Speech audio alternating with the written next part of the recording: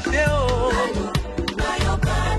nayoka te o nanu esalama te o uta ebandelo ya Bible nanu na mo. Mes frères et sœurs, partout où vous vous trouvez, je veux vous saluer dans le nom glorieux et victorieux de notre Seigneur Jésus-Christ. Je veux vous souhaiter un bon dimanche. Je prie pour vous afin que le Seigneur puisse vous donner une ouverture d'esprit afin que vous me suiviez pleinement dans ce passage que je vais partager avec vous. Je veux vous dire que nous avons commencé une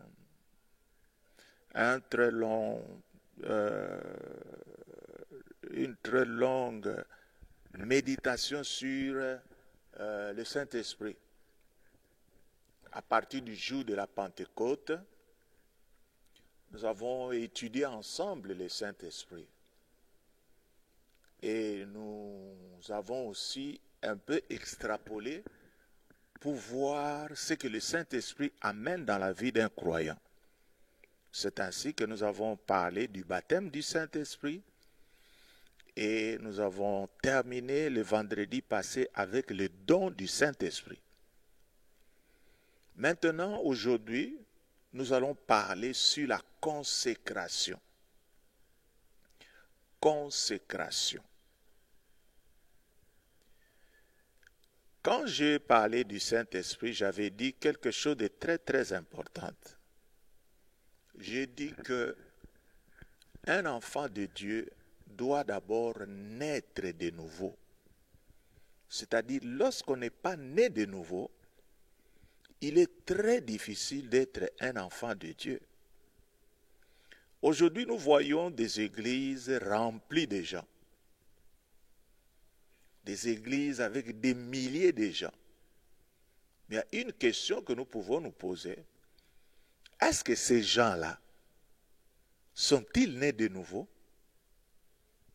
Et aujourd'hui, si nous voyons la manière dont les gens sont en train de venir à l'église, on se pose la question, est-ce divin ou encore les gens viennent à l'église puisqu'ils se comportent comme des gens qui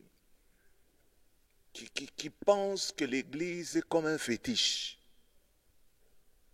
Mais je crois que personnellement, on devient un enfant de Dieu lorsqu'on prend conscience de ces choses que je vais encore vous dire aujourd'hui, lorsqu'on prend conscience qu'on est un pécheur. Et que lorsqu'on a pris cette conscience qu'on est pécheur, on sait que le salaire du péché, c'est la mort. Et lorsqu'on a cette idée-là en soi, on va se poser la question, qu'est-ce que je dois faire alors pour que cette mort ne puisse pas m'atteindre? C'est alors que tu vas t'ouvrir à Jésus-Christ et tu vas l'inviter dans ta vie. En ce moment-là, Jésus devient ton Seigneur et ton serviteur. Et à partir de ce moment-là, tu prends une décision de vouloir marcher avec Jésus-Christ jusqu'à la fin de ta vie. Non seulement naître de nouveau, être sauvé, mais nous devons aussi amener la personne à la deuxième expérience. Et cette expérience, c'est quoi? C'est le baptême du Saint-Esprit. Lorsque quelqu'un est baptisé du Saint-Esprit et qu'on l'a enseigné sur les dons spirituels, comment il peut les utiliser, et alors en ce moment-là, nous allons parler de la consécration. Il faut que cette personne puisse se donner entièrement à Jésus-Christ. Donc, il y a deux étapes primordiales par lesquelles nous devons passer avant d'entrer dans la consécration. Qu'est-ce que nous disons là? Il y a d'abord le salut. Il faut que la personne soit d'abord sauvée. Deuxième élément, il faut que la personne soit baptisée du Saint-Esprit. Donc, le salut et les baptêmes, ce sont des éléments que Dieu nous donne. Je voudrais que vous me suiviez très sérieusement ici. Le salut, c'est Dieu qui nous donne gratuitement. Et les baptêmes du Saint-Esprit, c'est Dieu qui nous baptise du Saint-Esprit. Mais pour ce qui concerne la consécration, c'est nous maintenant qui offrons à Dieu en retour. C'est-à-dire le Seigneur qui m'a sauvé, le Seigneur qui m'a baptisé du Saint-Esprit. Qu'est-ce que je dois faire? Qu'est-ce que je dois lui remettre en retour? Je dois lui remettre ma consécration. C'est ainsi que nous lisons dans Romains chapitre 12 au verset 1er. Qu'est-ce qu'on nous dit ici? Ici, on nous dit ceci. Je vous exhorte donc, frères, par les compassions de Dieu, à offrir vos corps comme un sacrifice vivant, saint, agréable à Dieu, ce qui sera de votre part un culte raisonnable. Ça, c'est l'apôtre Paul qui est en train de dire ici. Je vous exhorte, c'est-à-dire il est dit avec beaucoup d'insistance. Il ne s'adresse pas au monde entier, mais il s'adresse aux enfants de Dieu qui ont été sauvés et qui ont été baptisés du Saint-Esprit. Et maintenant, il leur dit, mes frères, je vous exhorte par les compassions de Dieu. J'insiste, offrez vos corps comme un sacrifice vivant. Donc, en d'autres termes, il est en train de leur dire, consacrez-vous à l'Éternel. L'Éternel qui vous a donné le salut. L'Éternel qui vous a baptisé du Saint-Esprit.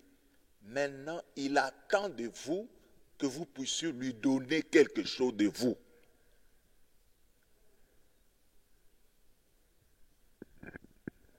Donc, offrez à Dieu vos corps comme un sacrifice vivant, saint, agréable à Dieu, ce qui est de votre part un culte raisonnable. Le culte, c'est quoi? Nous disons souvent le dimanche, je vais au culte. Mais ici, quand on nous dit que le culte le raisonnable, c'est lequel? C'est lorsque quelqu'un se consacre à Dieu, c'est ça le culte véritable. Et aujourd'hui, lorsque nous venons à l'église, le peuple de Dieu n'est pas enseigné sur ces choses. Et lorsque le peuple de Dieu n'est pas enseigné sur ces choses, qu'est-ce qui arrive? Les gens sont là, en train de voir comment leur pasteur parle très bien le français, comment leur pasteur est en train de prier pour les malades et que les gens sont en train de témoigner. Il n'y a que ça, vous allez voir les gens entrer, sortir et ne rien saisir. Mais lorsque quelqu'un suit ce que je suis en train de vous dire, vous allez voir que ça va amener un dynamisme dans l'Église et vous allez voir que l'Église va prendre une forme nouvelle. Donc, mes frères et sœurs, c'est très important ce que je suis en train de vous dire. Nous appartenons à Dieu avec tout ce que nous possédons, mon frère, ma sœur. Tu n'as rien que tu as et que tu n'es reçu de Dieu. C'est pourquoi dans ce monde, l'orgueil ne doit pas exister, puisque à quoi alors peut-on s'enorgueillir? Qui est celui qui peut dire que voilà, je suis intelligent en classe, c'est puisque moi. Non.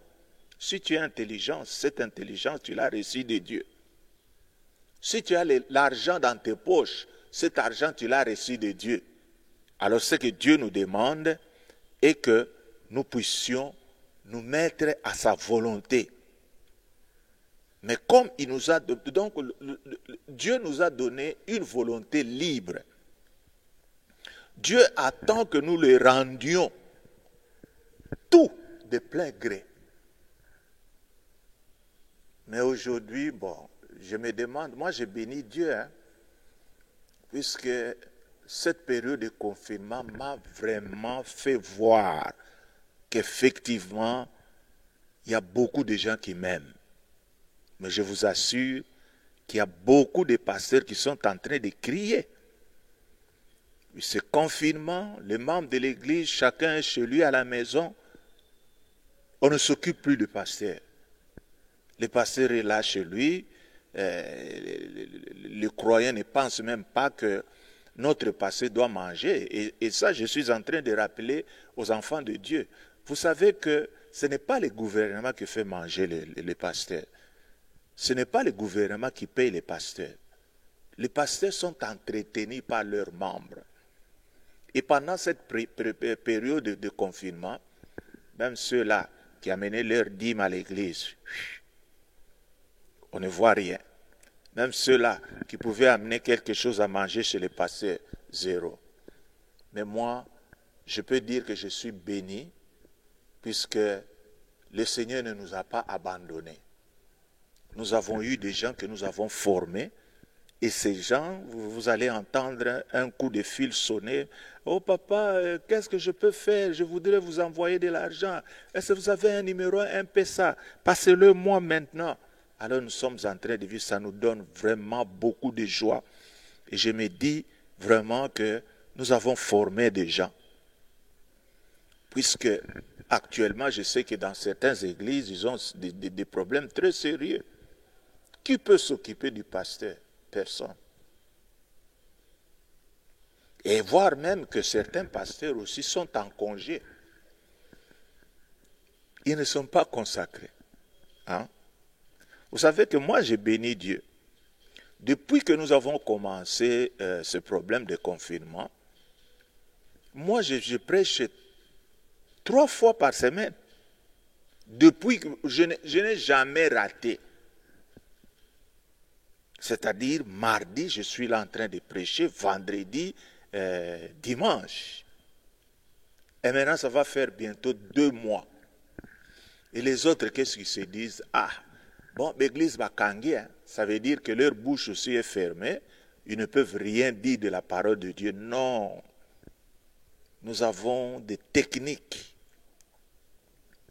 Nous pouvons utiliser les réseaux sociaux. Et moi, il y a beaucoup de gens qui me suivent. Il y a des gens qui me suivent en Europe, aux États-Unis. Tout ça, pourquoi? C'est puisque je me suis dit, je suis consacré à Dieu, même qu'on soit confiné ou pas, ma bouche doit parler, ma bouche doit exhorter les enfants de Dieu. C'est pourquoi je suis entendu un peu partout. La consécration, c'est quoi? La consécration, c'est donc faire le choix de marcher avec Jésus chaque jour. C'est lorsqu'on prend cette décision, on se dit, Seigneur Jésus-Christ, je vais marcher avec toi chaque jour. Je vais te donner la première place dans ma vie et je vais t'obéir. C'est ce que Dieu cherche à ce que chacun de nous puisse faire. Mais aujourd'hui, c'est malheureux.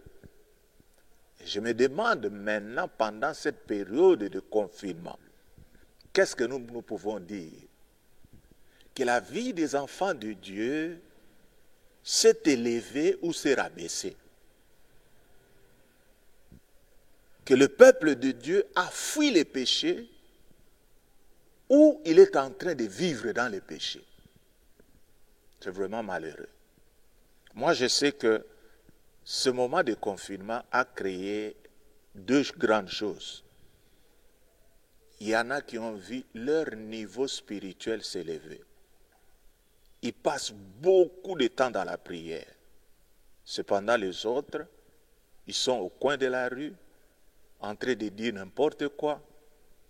Ce qu'ils avaient fui, pendant qu'on était à l'époque de l'Église, maintenant, ce sont des choses qu'ils font sans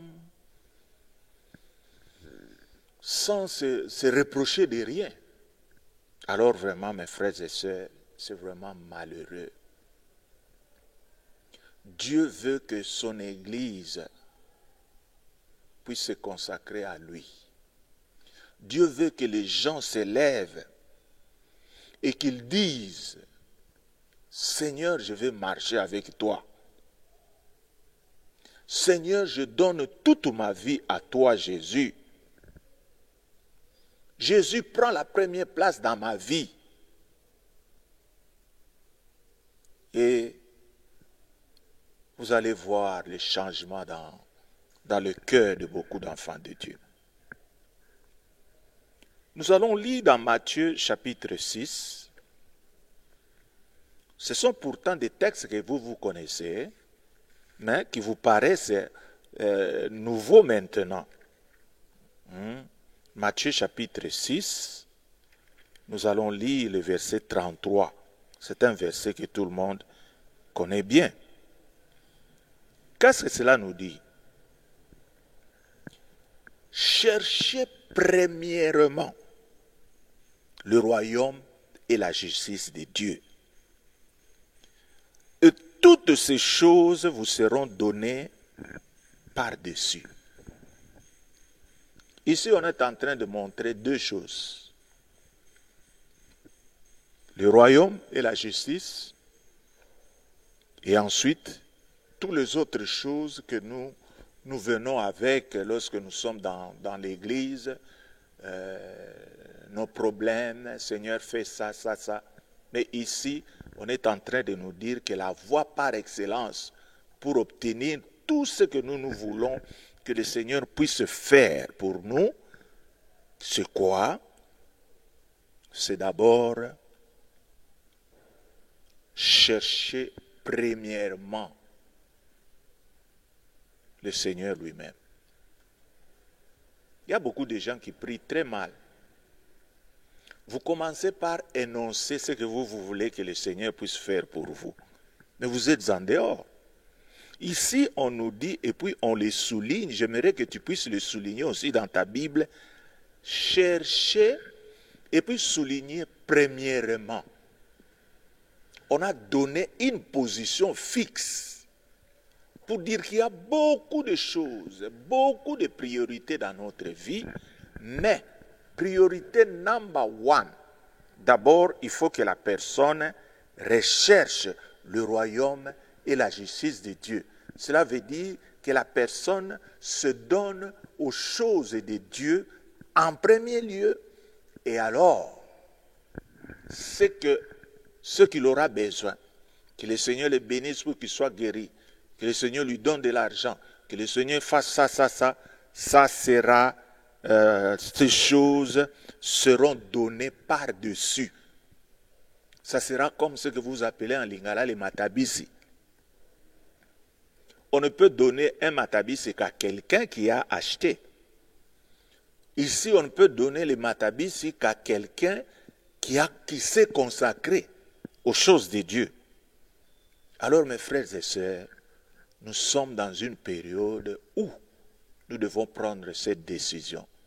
Si réellement nous sommes sauvés, nous avons été baptisés du Saint-Esprit, nous savons les enseignements sur la mouvance dans le don du Saint-Esprit, eh bien, il nous reste maintenant. Maintenant, comme on est bien formé, qu'est-ce que nous devons faire?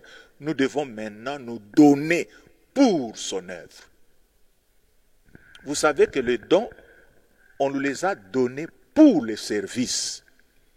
Comment est-ce qu'on peut faire un service si on n'est pas consacré? Puisque si on n'est pas consacré, qu'est-ce que ça va créer? Ça va créer le retard, ça va créer les absences et tout ça. Mais lorsqu'on est consacré, quand on dit que le travail commence à 6h30, déjà à 6h25, tu es déjà là. Et ça sera automatique. Aujourd'hui, les gens ne sont pas consacrés. Nous avons vu que même pour venir à l'église, vous voyez les gens traînant des pas lourds. C'est vraiment malheureux. Mes frères et sœurs, il y a des priorités. La première priorité, c'est de vouloir se donner complètement à Dieu. Et comme je viens de vous le dire, que nous n'avons rien que nous avons amené dans ce monde, c'est-à-dire l'argent, tout ce que nous pouvons faire, il n'y a rien qui puisse nous appartenir à nous-mêmes. Tout appartient à Dieu. Même dans ton argent, lorsque Dieu a besoin de ton argent, si tu es quelqu'un qui est consacré, tu ne vas pas, tu ne te retiendras pas. Tu te diras, oh, le Seigneur est merveilleux, le Seigneur a fait de grandes choses, comme il a besoin de ceci, je veux participer. Et aujourd'hui, lorsque nous voyons les gens, comment ils donnent leurs offrandes à l'église, nous nous disons clairement que les gens ne sont pas consacrés. Les serviteurs de Dieu doivent apprendre aux gens que lorsque quelqu'un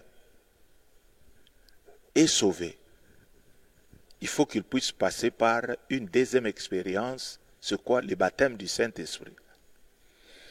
Et qu'on puisse montrer à cette personne que le baptême du Saint-Esprit nous ouvre au magasin des dons. Et alors lorsque nous avons compris tout cela, maintenant, qu'est-ce qui va rester? Nous devons maintenant montrer aux gens que le travail va commencer. Nous devons leur dire, maintenant que vous avez tous ces matériaux, allez, engagez-vous, consacrez-vous, travaillez pour le Seigneur. Et en ce moment-là, vous allez voir comment le monde sera bougé, comment le monde sera touché par Jésus, par l'évangile de Jésus-Christ, comment les églises vont être remplies. Aujourd'hui, nos églises d'aujourd'hui, nous sommes incapables d'amener des gens pour venir prier avec nous. Vous savez pourquoi? C'est puisque nous ne connaissons pas nous-mêmes la matière qu'il faut. Lorsque les gens viennent à l'église, on leur donne n'importe quel enseignement, mais je crois que quand vous me suivez, vous voyez vraiment que lorsque quelqu'un vient à Jésus-Christ, il y a des pas qu'il doit suivre. Hein? Il faut d'abord que la personne soit née de nouveau. Et ensuite, il y a certaines choses qu'il doit comprendre. Comme l'Église est dirigée par le Saint-Esprit, il doit avoir la maîtrise des choses du Saint-Esprit. Et lorsqu'il a la maîtrise des choses du Saint-Esprit, et maintenant, il est apte maintenant pour travailler pour le Seigneur. En ce moment-là, il est consacré. Ce n'est que dans cet état-là qu'il pourra faire de grandes choses. Nous lisons encore dans Luc chapitre 9. Luc chapitre 9, le verset 23. Je crois que vous êtes en train de me suivre vraiment avec beaucoup d'attention. Pourquoi? C'est puisque je suis en train de vous enseigner avec des versets à l'appui.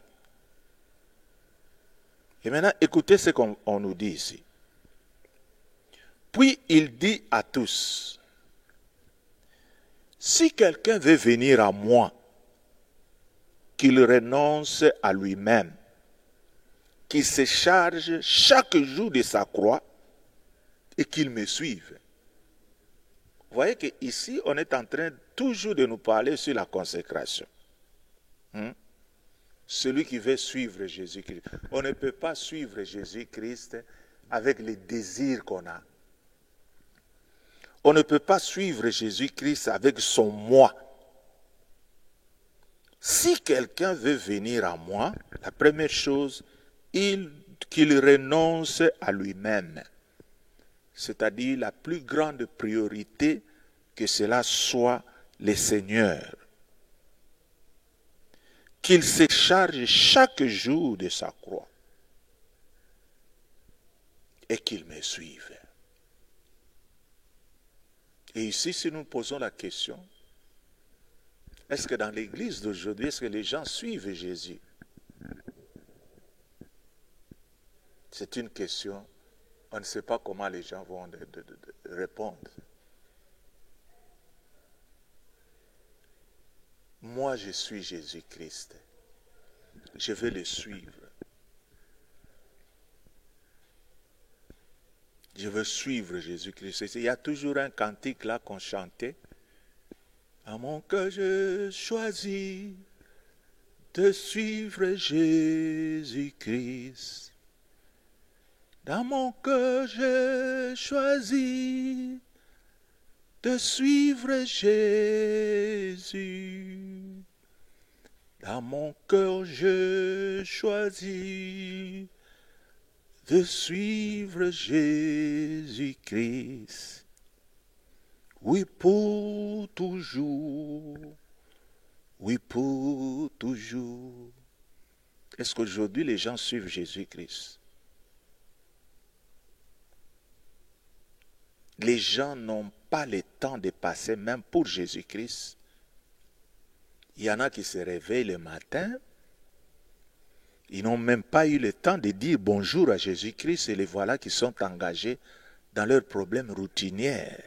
Vous savez pourquoi? C'est puisque ces gens n'ont pas renoncé à eux-mêmes.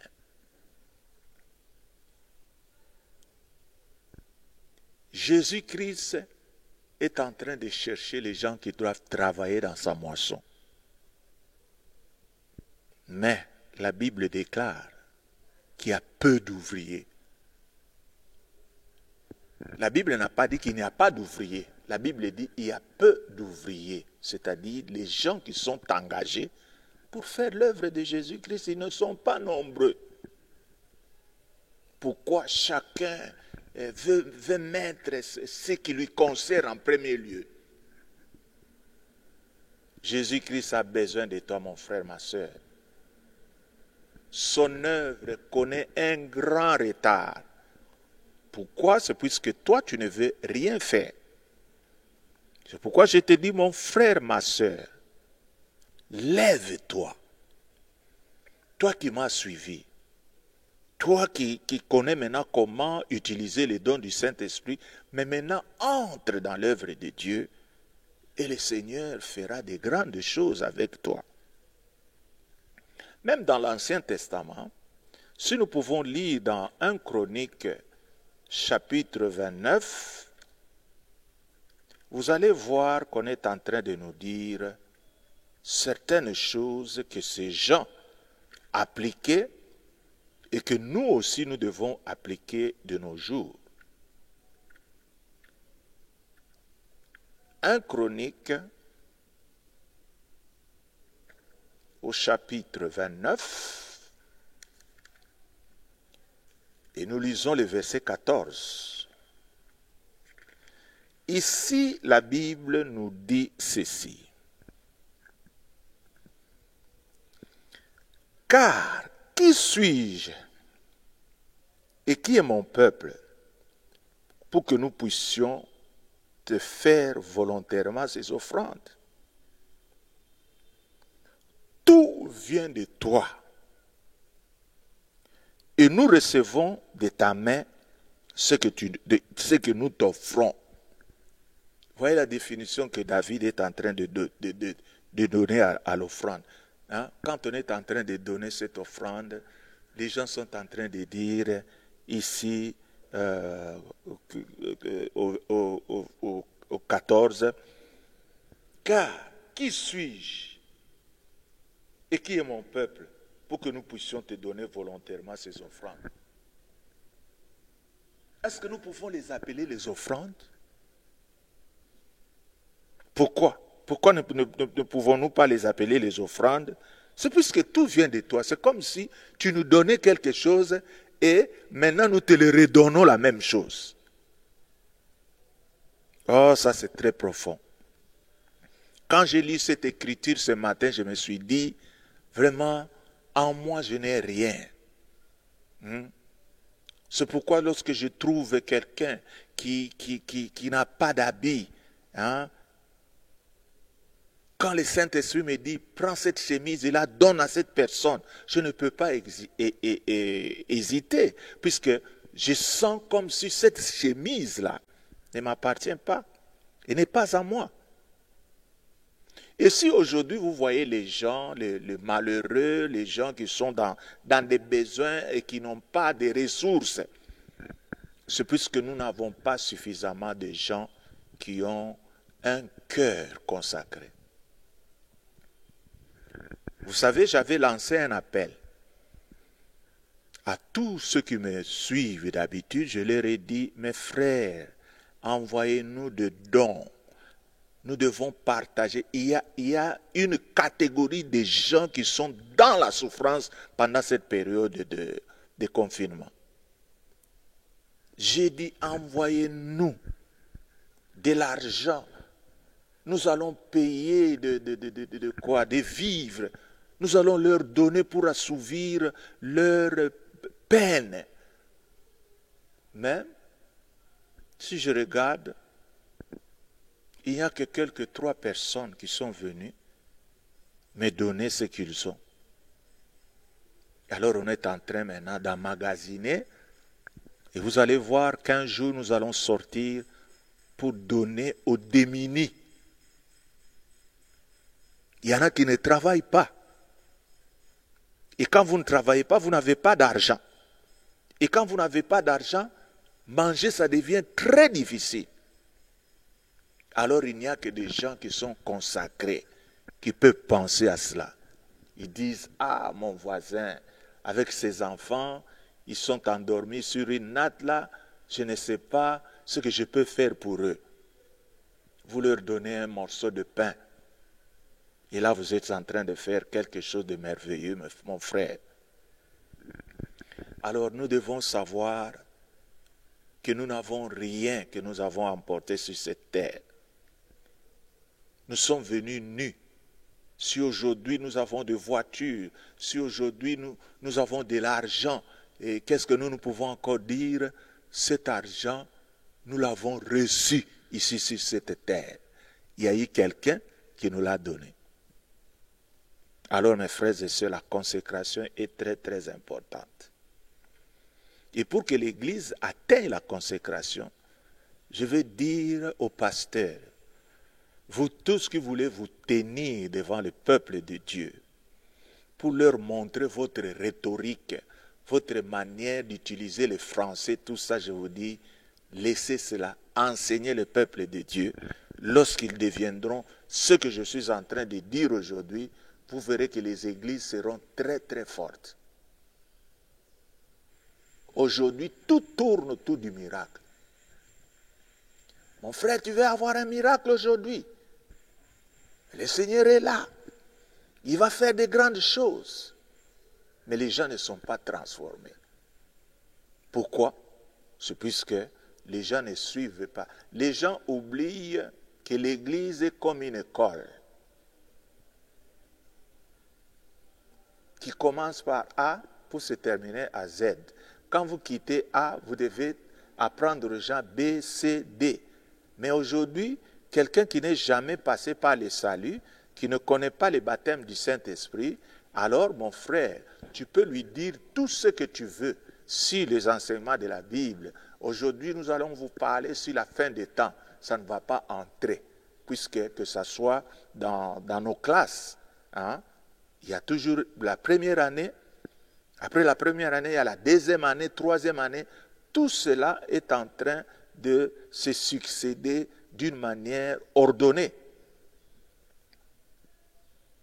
Mais dans nos églises d'aujourd'hui, c'est très difficile de savoir la personne que tu es en train de... Elle est dans quelle année? Puisqu'il y a certaines choses qu'ils ne connaissent pas. Moi, je sais que la plupart d'entre vous, quand vous avez suivi maintenant les enseignements sur les dons du Saint-Esprit, il y en a pour la toute première fois, vous les apprenez maintenant. Mais ce n'est pas la première fois que vous vous retrouvez dans une église. Vous avez toujours été dans l'église, mais vos oreilles ont toujours été habituées aux miracles, à la prospérité, tout ça. Mais tout ça qui sont des enseignements de base. Beaucoup de gens, vous n'en connaissez absolument rien. Et là, c'est malheureux. Donc, mes frères et sœurs, nous devons nous consacrer. C'est lorsque nous allons nous consacrer que nous pouvons travailler pour Dieu. Et c'est en travaillant pour Dieu que nous allons voir le don spirituel croître, se développer. Et dans cet endroit-là, qu'il y ait des sorciers qui peuvent venir pour vouloir faire de mauvaises choses aux enfants de Dieu, comme les dons spirituels sont en mouvement, leur plan sera vu. Et vous verrez que leurs œuvres seront anéanties et l'Église sera très forte. Et aujourd'hui, nous voyons dans certaines églises les sorciers qui sont entrés et qui ont entouré même les pasteurs. Ils deviennent les collaborateurs du pasteur. Et à ce moment-là, nous nous posons la question, mais maintenant, qui dirige l'Église? Alors que l'Église est née par le Saint-Esprit. L'Église est dirigée par le Saint-Esprit. C'est pourquoi nous devons faire très très attention. Nous devons apprendre à nos gens qu'ils comprennent les choses du Saint-Esprit. Je suis en train d'attendre que les gens, ce dimanche, puissent se consacrer. Que les gens disent, Seigneur, j'ai longtemps, je suis resté longtemps à la maison à ne rien faire, mais maintenant je me consacre. Seigneur, je me donne à toi. Fais de moi ce que tu veux. Et ne fais pas de moi ce que moi je veux. Et alors si nous avons ce genre de personnes, vous verrez que l'Église sera vivante. Mais si vous prenez l'Église comme un lieu qui doit résoudre tes problèmes, les problèmes sociaux, eh bien, vous ne comprenez pas encore l'Église. C'est comme ici chez nous. Il y a beaucoup de gens, leur zèle est déterminé par cette soif des choses sociales qu'ils attendent que l'Église puisse faire pour eux. C'est pourquoi même ce bien-là que je vais distribuer d'un moment à l'autre, j'aimerais que le peuple de Dieu comprenne que l'Église n'est pas là pour soutenir les œuvres sociales. L'Église est là pour prendre un pauvre, lui donner des enseignements, afin que ce pauvre-là devienne un riche, qu'il puisse se prendre lui-même en charge. Il y a des gens qui ne grandissent pas. Quand le culte se termine, vous les voyez là-bas à l'extérieur, ils attendent des gens chez qui vont demander de l'argent. Oh mon frère, est-ce que vous ne pouvez pas, je ne peux pas avoir un 1000 francs là. Ça c'est une ruse, hein? Demander de l'argent. Lorsque vous vous dites, frère, est-ce que je peux avoir 1000 francs? C'est-à-dire vous mettez ces frères-là dans la confusion. C'est-à-dire ces frères-là ne savent même pas si vous êtes en train de lui emprunter de l'argent ou encore vous êtes en train de lui demander. Alors il y a beaucoup de gens qui viennent à l'église dans ce but-là. Il est là en train de demander, il prend un 1000 à gauche, 1000 à droite, et les voilà qui rentrent chez lui à la maison, qui prépare une bonne nourriture, qui mange plus que toi qui lui as donné de l'argent. Alors mes frères et sœurs, nous avons besoin de qui? Des gens qui ont donné leur cœur tout entier à Jésus-Christ. Les gens qui prennent les choses de Jésus-Christ entre leurs mains. Les gens qui veulent partir avec Jésus-Christ n'importe où.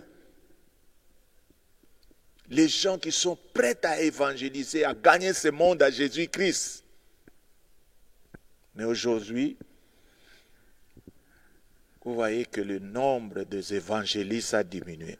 Et parfois, ceux qui s'appellent évangélistes, et si vous leur posez la question pour savoir si ils connaissent l'essence de ce qu'ils disent là. Ils disent, quand vous allez à gauche, oh, évangile, ça devient comme un surnom qu'on est en train de donner aux gens. Un évangéliste qu'on ne voit pas dans les marchés n'est pas un évangéliste.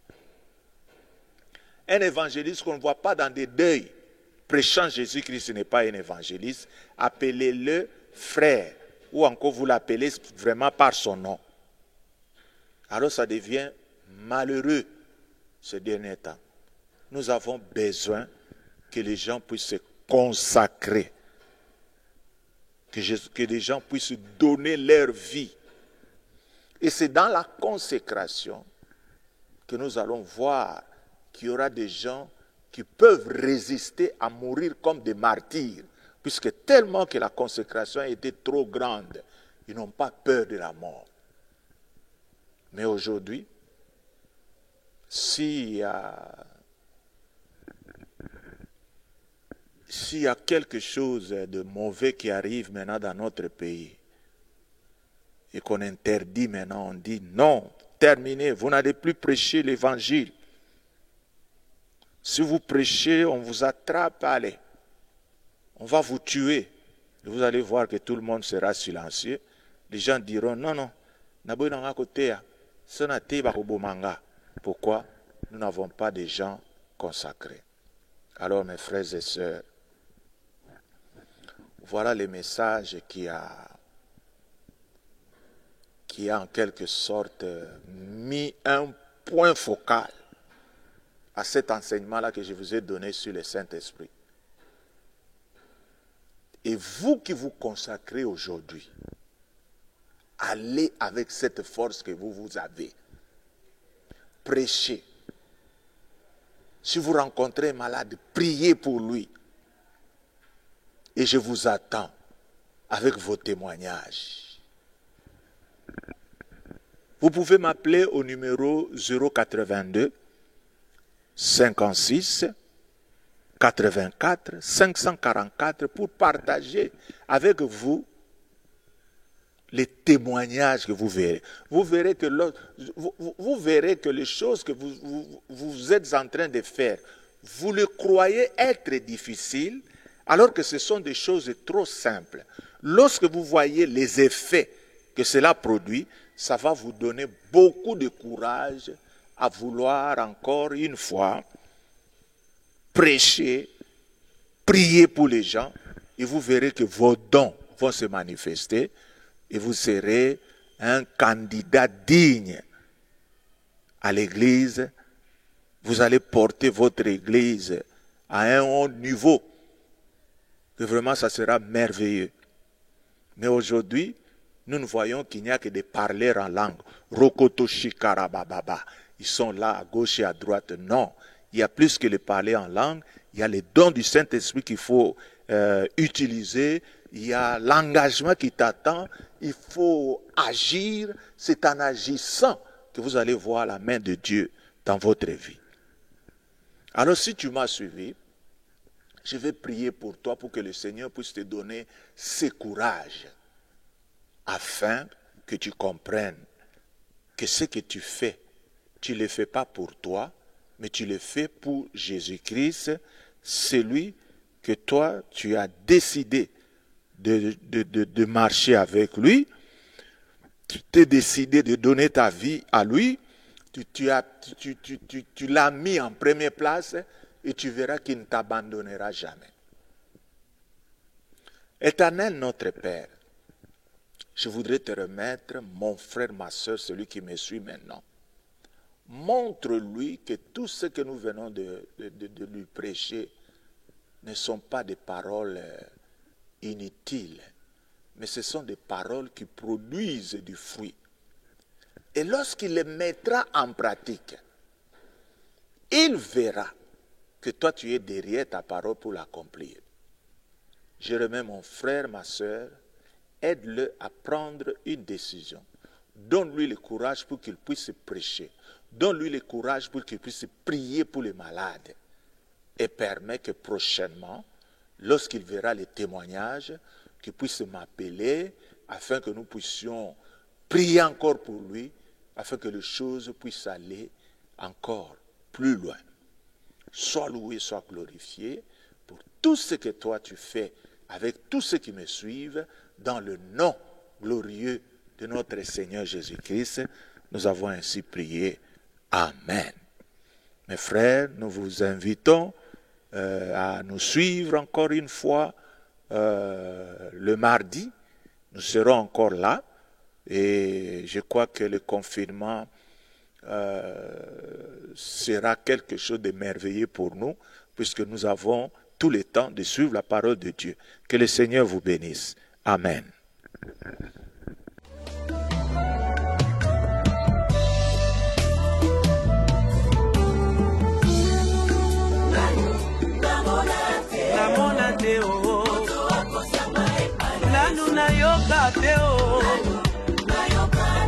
Nayoka te o, nanu esala